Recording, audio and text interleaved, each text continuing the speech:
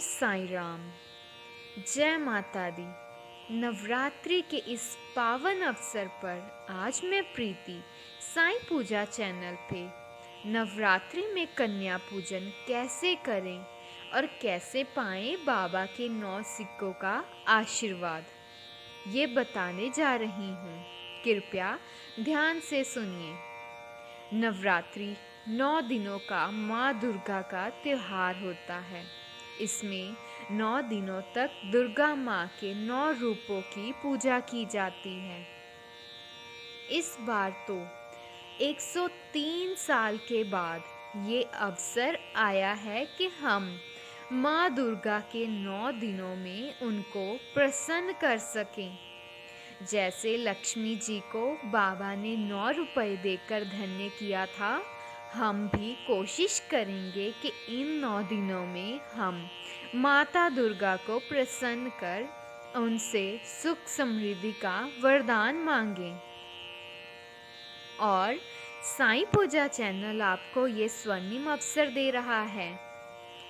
आप रोज 9 दिनों तक माता की कथाओं को साईं पूजा चैनल पे सुने और उनको प्रसन्न करने की विधि भी जानें। कृपया आप सब इसे ज़्यादा से ज़्यादा शेयर करके दूसरों को भी सुनाएं। इससे माँ दुर्गा बहुत प्रसन्न होंगी। इन नवरात्रों में कन्या पूजन ज़रूर करें, क्योंकि अगर हम कन्या पूजन नहीं करते तो हमारी पूजा अधूरी मानी जाती है। कन्याओं को माँ दुर्गा का प्रतीक मानकर उनका पूजन किया जाता है। कन्या पूजन से माँ देवी अति प्रसन्न होती हैं और भक्तों को अपना आशीर्वाद देती हैं। सबसे पहले कन्या पूजन अपने परिवार की रीति के अनुसार कन्या पूजन अष्टमी या नवमी के दिन किया जाता है। और जिन कन्याओं को आप कन्या पूजन के लिए आमंत्रित करते हैं, उनकी उम्र 2 साल से 10 साल तक की होनी चाहिए। इसका भी एक कारण है। हर उम्र की कन्या का रूप अलग अलग होता है। जैसे 2 साल की कन्या को कन्या कुमारी का रूप माना जाता है और इनकी पूजा करने से घर में सुख और समृद्धि आती है और दुख दूर हो जाते हैं। ऐसे ही 3 वर्ष की कन्या त्रिमूर्ति का रूप मानी गई है। त्रिमूर्ति के पूजन से घर में धन धान्य की भरमार हो जाती है और परिवार में सुख समृद्धि बनी रहती है। 4 साल की कन्या का भी अपना रूप है, जिससे हम कल्याणी मानते हैं, जिसकी पूजा करने से परिवार का कल्याण होता है। और 5 साल की कन्या रोहिणी का रूप मानी गई है। रोहिणी का पूजन करने से निरोगी काया की प्राप्ति होती है, हमें कोई रोग नहीं लगता। 6 वर्ष की कन्या को काली माँ का रूप माना गया है, जिनकी पूजा करने से विजय, विद्या और राजयोग की प्राप्ति होती है। 7 साल की कन्या चंडिका होती है, जिसकी पूजा करने से घर में धन और ऐश्वर्य की प्राप्ति होती है। 8 साल की कन्या शांभवी कहलाती है, जिनको पूजन करने से विवाद में विजय मिलती है। 9 साल की कन्या साक्षात दुर्गा का रूप मानी जाती हैं, जिनकी पूजा करने से शत्रुओं का नाश हो जाता है और कठिन से कठिन कार्य पूरे हो जाते हैं। 10 साल की कन्या सुभद्रा कहलाती हैं, जो अपने भक्तों की सभी इच्छाएं पूर्ण करती हैं। और जब आप कन्या पूजन के लिए आमंत्रित करते हो तो कम से कम 9 कन्याओं को अवश्य आमंत्रित करें। अगर ज़्यादा कन्याएं मिल जाएं तो और भी अच्छी बात है। कन्या पूजन में एक बालक को भी आमंत्रित किया जाना चाहिए। मान्यता है कि अगर हम एक बालक को नहीं आमंत्रित करते तो हमारा कन्या पूजन अधूरा रह जाता है, क्योंकि वह बालक हनुमान जी का रूप माना जाता है।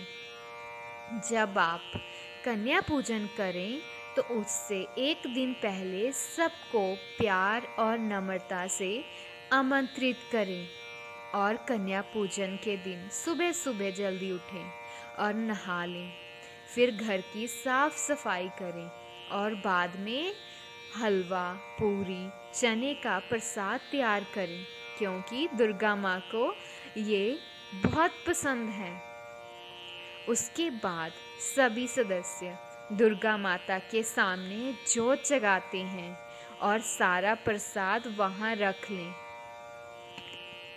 फिर दुर्गा माँ की दीप और नैवेद्य से पूजा की जाती है। पूजन के बाद दुर्गा माँ की आरती गाई जाती है। सबसे महत्वपूर्ण बात, जब कन्याएं घर में प्रवेश कर रही होती हैं तो उस समय पूरे परिवार को उनका स्वागत करना चाहिए और उनके स्वागत में दुर्गा के सभी नामों के जयकारे लगाने चाहिए। फिर सभी कन्याओं के पैर धोकर उनसे आशीर्वाद लेकर उनको आसन पर बिठाया जाए। उसके बाद कन्याओं को तिलक लगाकर और उसके बाद माँ भगवती का ध्यान करें और ध्यान करते हुए देवी के स्वरूप उन सभी को और 2 या 1 बालक को आदरपूर्वक माता का प्रसाद दें। कन्या पूजन के लिए जो बच्चे आपके घर आते हैं वे बहुत छोटे होते हैं, इसलिए आपको तो पता ही है कि छोटे बच्चे भोजन करते समय इधर उधर गिरा देते हैं, तो इससे उन्हें कभी डांटे ना और ना ही उनको रोके टोके। जैसा वो करते हैं उन्हें करने दीजिए।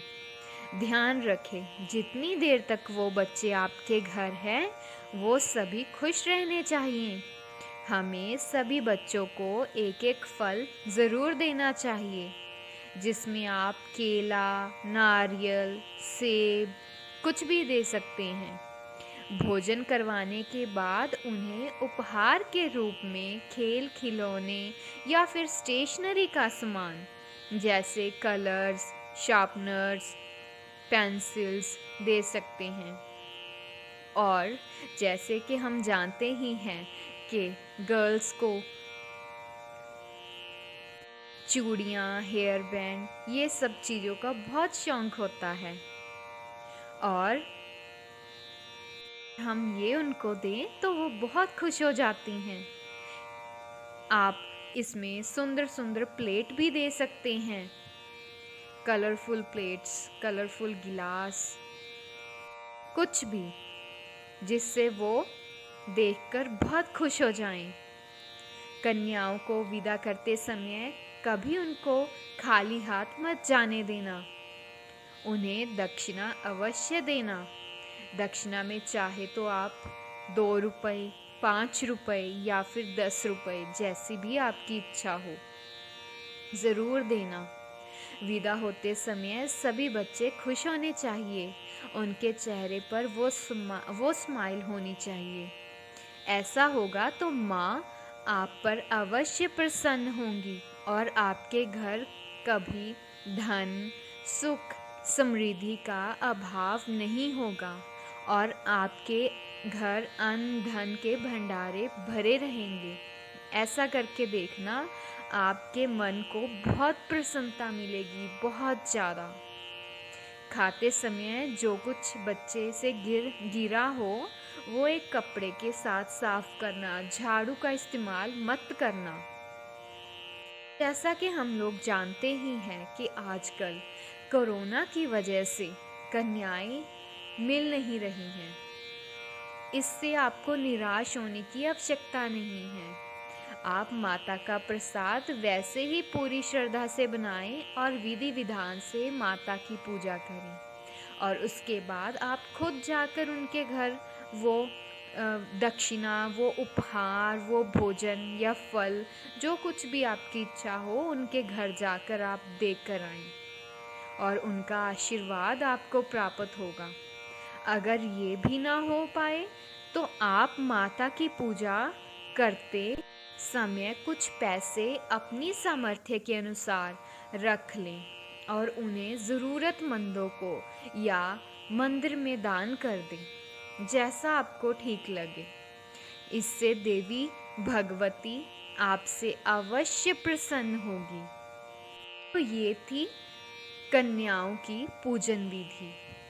और साईं पूजा चैनल के थ्रू 9 दिनों तक माता की कथाओं को सुनते रहिए। इससे आपको 9 सिक्कों का आशीर्वाद अपने आप प्राप्त हो जाएगा। बस केवल आपको करना इतना है कि नहा धोकर सच्चे दिल से इन कथाओं को सुनिए और ज़्यादा से ज़्यादा शेयर करें। अगर आपको ये कथाएं अच्छी लगें तो शेयर, कमेंट और लाइक ज़रूर करना और साईं पूजा चैनल को सब्सक्राइब करना मत भूलना। आशा करती हूँ आपको ये कन्या पूजन विधि अच्छी लगी होगी। कृपया बताइएगा ज़रूर। ओम साईं राम। जय माता दी, जय माता दी, जय माता दी।